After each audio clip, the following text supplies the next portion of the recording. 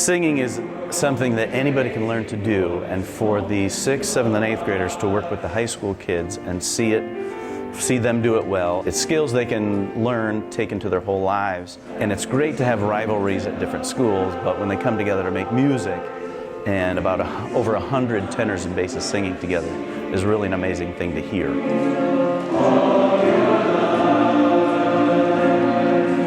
Most fun was when we were all on stage and we were all singing together. We all, I think, learned some new stuff to help us in the future. It was just a fun time. I didn't know how it was going to be just being like all guys, and then I saw a giant group of people come in from all like different ages and different schools, and so just being able to sing and then hearing the harmony with everyone was pretty cool.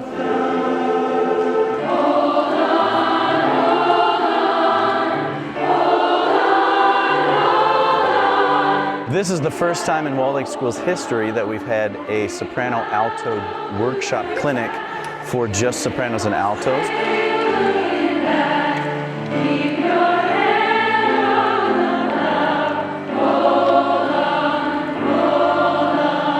We basically just spent 2 hours and just ran through these pieces.